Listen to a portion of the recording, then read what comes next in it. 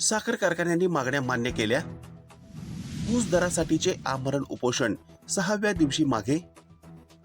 शेतकऱ्यांचा विजय. शेतकरी संघटनेचे समाधान फाटे व उपोषणकर्त्यांचे उपोषण सोडवण्यासाठी स्वाभिमानी शेतकरी संघटनेचे संस्थापक राजू शेट्टी, शेतकरी नेते रवी तुपकर पंढरपुरात दाखल. राजू शेट्टी आणि रवी तुपकर यांच्या शुभहस्ते ज्यूस पिऊन समाधान फाटे यांच्यासह सर्व उपोषणकर्त्यांनी आपले आमरण उपोषण सोडले. शेतकरी संघटनेच्या मागणीला यश. सर्वच कारखानदार देणार पहिली उचल 3000 रुपये. सीताराम पांडुरंग विठ्ठल कारखान्यांनी मागण्या मान्य केल्या. 6व्या दिवशी समाधान फाटेंसह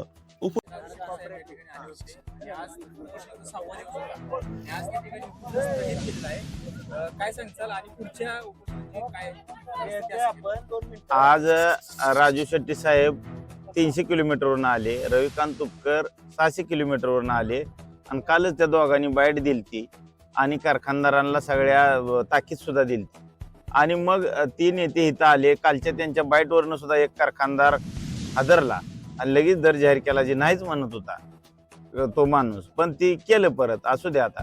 पण राहिलेले जे काही 34 कारखाने आहेत, म्हणजे 34 कारखाने आहेत, त्यातल्या 15 कारखान्यांनी जाहीर केले. पण काय आणखीन कारखाने राहिलेत तर त्यांच्या 5-6 कारखान्याच्या उद्या मिटिंग आहे. त्या आता काही जण चालू आहे त्यात ती करणार आहेत. पण समजा त्यांनी नाहीच केलं आणि काय फसवलं तर आम्ही त्यांच्या गावाने उड्या टाकणार. ही काळ्या दगडावची पांढरी रेख. दुसरी मुद्दा, आज सगळ्या ह्या जेवढ्या चळवळीतल्या माझ्या भावांनी साथ दिली म्हणून ही लढाई यशस्वी झालाय. हा लढा काय आमच्या चौघांमुळे झालेला नाही. आम्ही या लढ्याचं चौघजण निमित्त आहे. पण ज्या ह्या सगळ्या माझ्या भावांनी सहकार्य केलं, सगळे आबदली, सगळ्यांनी घरदार परपंचाचा न विचार करता आबदली म्हणून ह्या लढ्याला आज यश आले. माझा भाऊ बोली तर मरायला तयार झालता, वरच्या कडेला गेलता. अशी माझे अनेक सगळी कार्यकर्ते आहेत. मी सगळे आता नाव घेऊ शकत नाही माझ्या तब्येतीमुळे, पण असे माझे सगळे जीवाभावाच्या कार्यकर्ते लढले म्हणून ह्या लढ्याला यश आलेलं.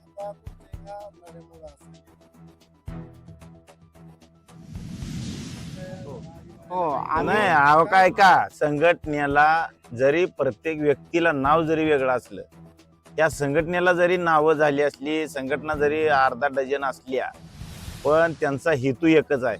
अनेक वडा इथं पण ती नदीलाच मिळतात आणि अनेक नद्या समुद्राला मिळते. त्या तसं आम्ही किती जरी आणखीन संघटना झाल्या आणि किती जरी गट झालं, पण शेतकऱ्याच्या बाबतीत सगळी एकत्र येणार. संघटना इथून पुढं राजकीय, सामाजिक सगळ्या गोष्टी एकत्र करणार आणि सामान्य माणसाला न्याय मिळवून देणार. आम्ही ह्याचा त्याचा अजिबात म्हणणार नाही. आम्ही वर नाव काय टाकले बघा, ऊस संघर्ष समिती. आमच्या सगळ्या संघटना येत आहेत. आमच्या सगळ्या संघटनेचं नावच आमच्या ऊस परिषद संघर्ष समिती. त्यामुळं काय कुणाचा हेवा दावा काय विषयच नाही. आता तुम्ही सांगितलं की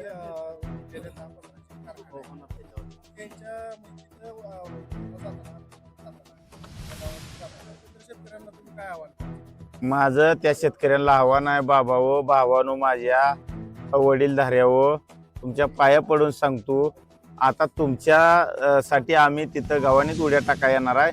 तुम्ही हजारोच्या संख्येने या, आपण ती दर मिळवून घेऊया आणि 200-200, 300 रुपयाचा दर इकडे वाढलेला आहे, तुमचा सुद्धा वाढवायचा आहे.